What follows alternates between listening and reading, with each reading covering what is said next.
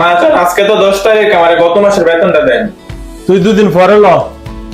আলামিন, তোর বেতনটা 2 দিন পরে দিতেছি আমি। ওই আলামিন, ভিতরে আসো।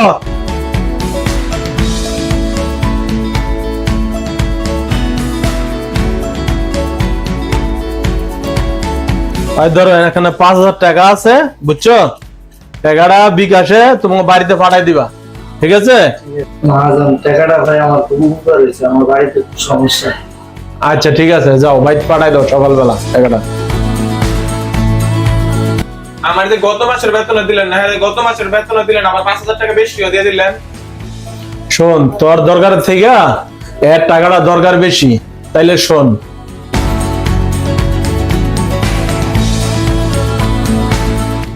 হ্যালো মা, টাকা তো ফাটিয়ে দিলাম, যা ফান হয়েছে তা। এখন তো মহাজনের কাছে অগ্রিম টাকা চাইলে পাবো না।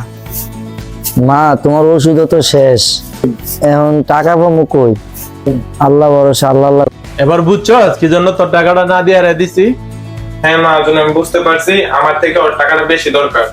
আচ্ছা ঠিক আছে, তোরটা 2 দিন পরে দিতেছি। তুই যে বুঝছস, তোর ধন্যবাদ, যা। এমন মায়ের সন্তানের প্রতি ভালোবাসা রইল অবিরাম, যে সন্তান মায়ের খোঁজখবর রাখে সব সময়। সেলুট জানাই এমন সন্তানদের। ধন্যবাদ সবাইকে।